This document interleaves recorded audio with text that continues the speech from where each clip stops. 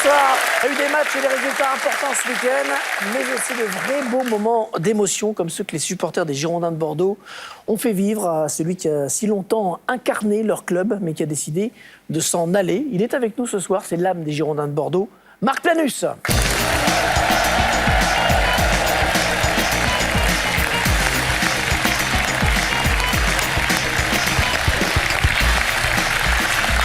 Bonsoir Marc, bienvenue.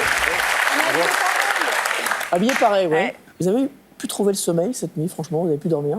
Je me suis couché très tard, donc ça a été facile de trouver le sommeil, mais c'est vrai qu'il y a eu beaucoup d'émotions hier soir et je ne m'attendais pas à autant de ferveur avec moi. Ouais, vous aviez dit hier, vous ne vous attendiez pas à quelque chose de si fort. Vous saviez qu'il y aurait quelque chose, mais pas à ce point. Bien sûr, je pensais que j'aurais une certaine ovation, mais jamais j'aurais cru qu'un jour les 37 000 personnes de Chaban se lèveraient pendant une minute pour moi en plein match.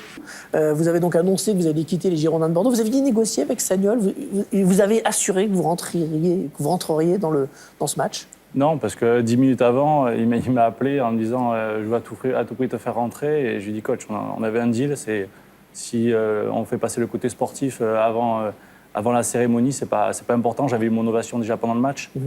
Et je lui ai dit, voilà, si vous sentez que le match est indécis, on ne fait pas de changement, il n'y a pas de problème. Et il s'est entêté, donc voilà, c'était un bon moment pour moi. Vous avez connu des moments formidables dans ce stade, des moments difficiles également. Vous retenez quoi de ces longues années passées aux Girondins de Bordeaux? Que le petit garçon a bien grandi. J'ai eu un complément d'éducation dans ce club-là. Et l'institution a toujours été très forte aux Girondins. Je suis rentré, c'était Claude Bèze. Et il y avait une image forte à véhiculer. Et Jean-Louis Trio a repris ce flambeau-là. Et j'ai été aussi fier d'être un joueur des Girondins que d'être un joueur sous l'ère de Jean-Louis Trio. Après, Willy Sagnol m'avait proposé il y a 3 mois d'intégrer le staff pour m'occuper des défenseurs dès le mois de juin. Voilà, je lui ai dit que j'espérais continuer un peu dans le foot en tant que joueur pendant 1 ou 2 ans et que peut-être, s'il est encore au Girondin, pourquoi pas revenir. Quand on a 33 ans, il faut se fermer aucune porte, je pense. Mais c'est vrai que je suis parti dans l'idée de changer radicalement et c'est vrai que changer de continent, ça me plairait. J'aimerais bien un pays anglophone pour culturellement apprendre autre chose. Et surtout, non, l'Australie aussi, parle anglais. Voilà, mais je pense que dans les pays du Golfe aussi, on parle anglais. Ouais. Dans votre carrière, vous avez vécu des choses peu communes, notamment une Coupe du Monde, la Coupe du Monde en Afrique du Sud. Vous étiez à Naïsna. Vous avez fréquenté l'équipe de France pendant 2 mois de votre vie et ça tombe sur l'Afrique du Sud, sur l'affaire du bus. C'est pas de tout quand même. Ouais, après, on ne choisit pas sa compétition. C'était déjà exceptionnel pour moi d'y aller. J'ai remercié le sélectionneur de m'avoir amené. Et malgré tout, on pourra dire que c'était un groupe de joueurs difficiles et compliqués. J'ai été accueilli de façon sublime par ces joueurs-là, et notamment peut-être par certains cadres qu'on dénigre peut-être maintenant. C'est quoi, Franck Ribéry par exemple? Entre autres, Franck Ribéry a été exceptionnel avec moi. Il avait côtoyé mon frère en national et il a eu de gentils mots à mon arrivée, tout comme Nicolas Anelka.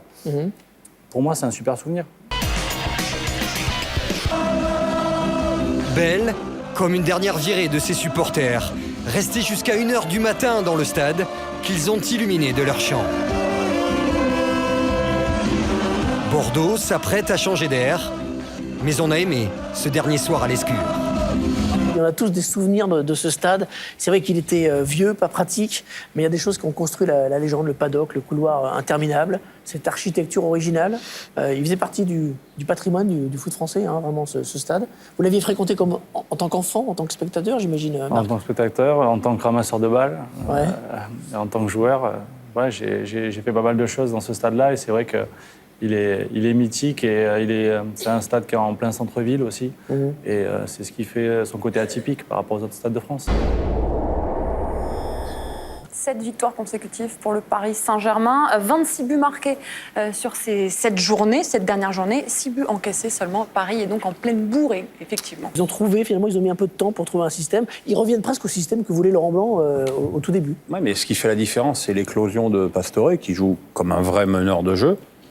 Donc effectivement, ça devient un milieu à 4. Ça permet à Cavani de jouer en pointe de façon beaucoup plus axiale et beaucoup plus proche d'Ibra. Je ne suis pas certain que lorsque Ibra, Cavani, ça marchait pas bien, c'était aussi c'était une question de mauvaise volonté les deux. Je pense qu'ils étaient peut-être un petit peu trop éloignés l'un de l'autre quand Cavani était sur un côté.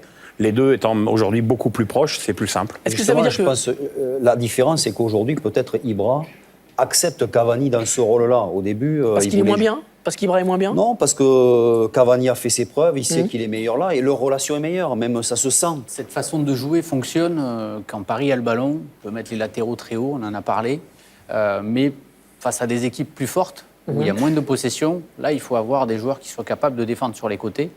Et Cavani, il a très envie d'être axial maintenant, donc de vraiment avoir un dispositif de départ avec deux axiaux. Je n'ai pas l'impression que ce sera le cas à Paris l'année prochaine. Et ça reste quand même un match contre Guingamp, sauvé et un petit peu démobilisé. Donc on ne va peut-être pas tirer des conclusions sur ce match-là, même s'il était super réussi. Alors Marc, la série actuelle de Paris rappelle un peu celle de Bordeaux. En 2009, vous aviez terminé la saison sur 11 victoires en 11 matchs. C'était la première expérience de Laurent Blanc en tant qu'entraîneur. Qu'est-ce que vous en avez comme souvenir, justement? De Laurent Blanc? Oui, dans ses premiers pas d'entraîneur. Il a toujours tenu le même discours. Je me souviens du premier jour d'entraînement, il nous avait dit, voilà, il dit, dans ma vie, je suis convaincu que si on veut gagner des matchs de football, il faut bien jouer au football. Il dit, on augmentera nos chances de gagner les matchs. Donc, où je partirai, parce qu'on n'y arrivera pas, mais en tout cas, une chose qui est sûre, c'est que je garderai toujours la même philosophie. Et ça passera ou ça passera pas, mais je vous garantis qu'on va travailler pour. Et je vous démontrerai qu'en jouant bien au football, on a toujours plus de chances de gagner les matchs.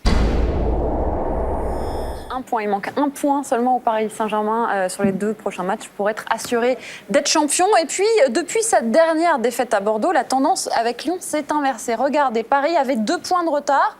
Eh bien, Paris a repris 8 points à Lyon puisqu'ils ont aujourd'hui 6 points d'avance, les Parisiens. Le titre inéluctable qu'avait évoqué Jean-Michel Aulas ne sera pas au rendez-vous. Cela dit, ils ont fait une magnifique saison, les Lyonnais, il faut le dire. Oui, là, c'était un jour sans, mais il ne faut pas oublier tout ce qu'ils ont fait jusque-là. Ils nous ont régalé. C'était une génération exceptionnelle de jeunes joueurs et ils méritent, honnêtement, ils méritent d'être deuxième.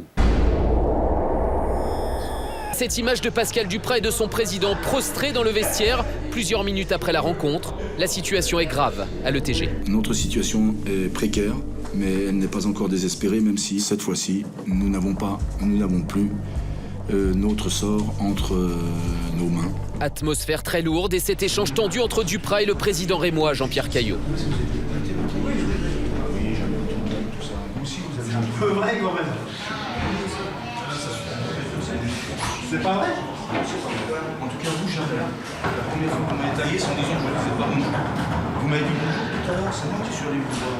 Bravo, vous avez mérité votre victoire. Vous êtes un grand club, vous êtes un grand président. C'est pas ce que je vous demande de dire, monsieur. Evian a maintenant 2 matchs pour croire encore au miracle. Non seulement ils ne sont pas maîtres de leur destin, mais on a senti sur ce match-là que ils n'avaient pas l'état d'esprit et on sait que dans ces cas-là, il faut surtout il faut être présent. C'est leur point fort jusqu'à présent. Oui, et puis bon, on sait qu'il y a des défauts, mais s'ils n'ont pas ça sur les derniers matchs... Ils reçoivent Saint-Etienne.